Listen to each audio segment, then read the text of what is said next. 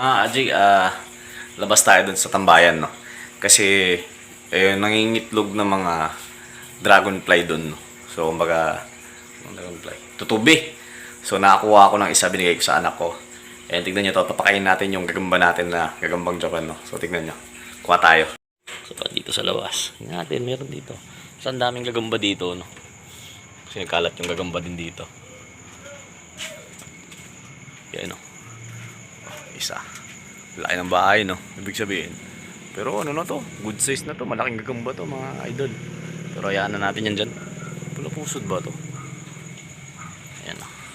So ito kasi mga kaji, oh. Ito, tutubian, no? Pag nagano yan. Kasi ang daming isda, oh. Ang ganda ng isda. So, yan yung nangingitlo. Ay, yan yung kumakain ng mga isda kung maliliit, no? Napakagaling yan. So, pag nahuhuli ko yan, minsan pinapatay ko. Pero minsan nahayaan ko lang din naman. So, ito, daming gagamba. Yan yung dami, oh. Ayan to, laki, oh. Ito pala yung tigre na nawawala, oh. Visit to. Panglaban ko pa naman to. Nakakondisyon to, mga idol. Ayan, oh. Gandang tigre pa naman, oh. So, ayaw mag-focus na maayos. Ang ganda ng kulay na ito, mga idol. So, yan. Ayan, saan ba yung iba? Marami to sila, eh. Mga sapot pa sa ilalim mo, ayan, oh. Pero kinain na ng palaka siguro to, yun nandyan. Ayun, oh. Meron pa dun, oh. Punta natin. Lari. Marami to, mga ajay, no. Mulan na naman. So, yan, oh. Meron pa dyan, oh. Yan. Marami to, no. Isang araw. Parang nasa 6 ata to sila. So, yun ang natirahan. Yung iba, umakyat na siguro dyan. Pero kuha tayo ng pampakain natin sa gagambang Japan natin. So, yan, oh.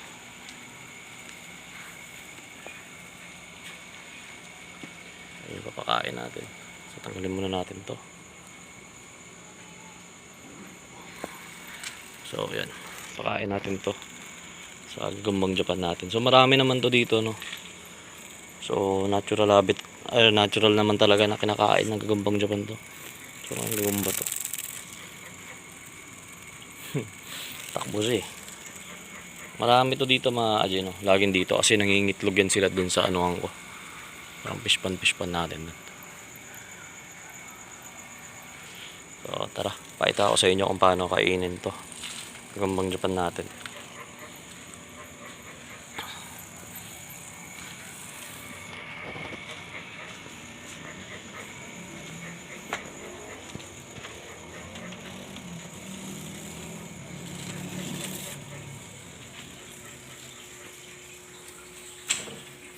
So, tignan nyo kung gaano kagresibo to. Palipo lang tayo. So, yan. So, madami naman to dito, mga ajino. So, talagang nataon lang. Tingnan natin. So, yan siya, may salamin pa. Natin tanggal yung salamin. Kakain lang niyan kanina. Ayan, oh. Medyo basa-basa pa yung kinain niya. Gagamba. So, kasi may plan din ako na i-breed na. So, kainin natin.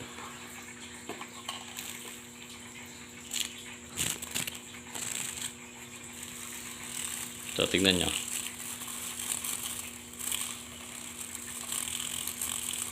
Then, huwag lang yung kamay kung maagat mo talaga naman. Tignan nyo, mga aday. Tinatalon niya yan. Tignan nyo. Basta maramdaman niya, no? Ganito yung gagambang Japan. Talagang nang dadakma yan. Yan nyo. Yan nyo. Alo. Ayan, nalalayo ko ng konti. Dadakmain niya talaga to. Parang tarantula na rin sila, no? So, medyo malayo pa nga ito, eh. Bigay na natin. Tignan nyo yan. Kita nyo yung galaw niya. So, yan yung galaw ng gagambang Japan, no? Grabe talaga yan. Is napakain na kanina. So, bukas na ulit ang kain yan. Ito yung mga pang vlog natin. So, sino bibigyan ko dito? Ito. Kaganda sana nito talaga, oh. Pang derby, no? Tigas na nito mga Aji, sa totoo lang. Bigay ko na sa kanya to. So, yan. Kinagat niya. So, yan mga idol, no? Kinagat niya na. So, mamaya makipag-contest pa tong langgam dito sa gilid, oh. Langgam to mga idol, oh. Ayan. Huli ka. Yun, patay na yung langgam. May magtawag pa to ng kasama. Imbis kakain to, siya yung kainin dito sa lalagyan, no?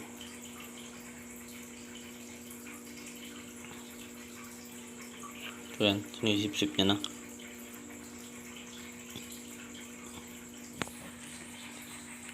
Talaga yung lodi natin. Yan, tindi yan. Sarap, rapsi. Good luck, good luck. So yun mga Aji, no? Good luck sa atin talaga. August 29 is the day, 4 PM is the time. So we'll see you there mga idol. And sa Axie. So yun, abangan nyo talaga yun mga Aji. Kung manalo tayo, nako, ilang team yun. 200k siguro. I-breed ko lang ng i-breed. Magkano lang pure breed ngayon? Na virgin, nasa 25 to 30k isa. Mayroon akong pure breed na mga aqua ngayon, tatlo. Dalawa pala, dalawang virgin pa. So, tapos sa mga, may virgin ako na plant, may virgin akong beast, may virgin akong mga aqua. So, ang sarap bilhan ng partner nun, no? Tag-isa-isa lahat. Tapos, i-breed mo ng max na tatlo. Nako, ang daming scholar nun. Malakas na team ang ano pa rin, ha? Para sa akin, mga Aji, ang ABP, Aqua Beast Plant pa rin, para sa akin. Kahit sabihin mong meta na yung iba ngayon, kumbaga sa average team, yung isang team ko, pumapatak ng 1.8 to 2K MMR, no? So, babaakit lang siya. So, yung isa naman is 1.5 and yung isa 1.6. So, para sa akin, pwede naman ako mag-invest sa reptile, no? Termi, para mag 2K plus. Pero kasi, kung SLP, same lang din naman. And nasa taas kasi, puro mga meta na rin kalaban mo. Nakapupling yung iba. Pupling, mahirap kalaban yung pupling, no? Or yung mga bird na puro naka all out shot na ano. Depende kasi, no? Scenario based pa rin naman.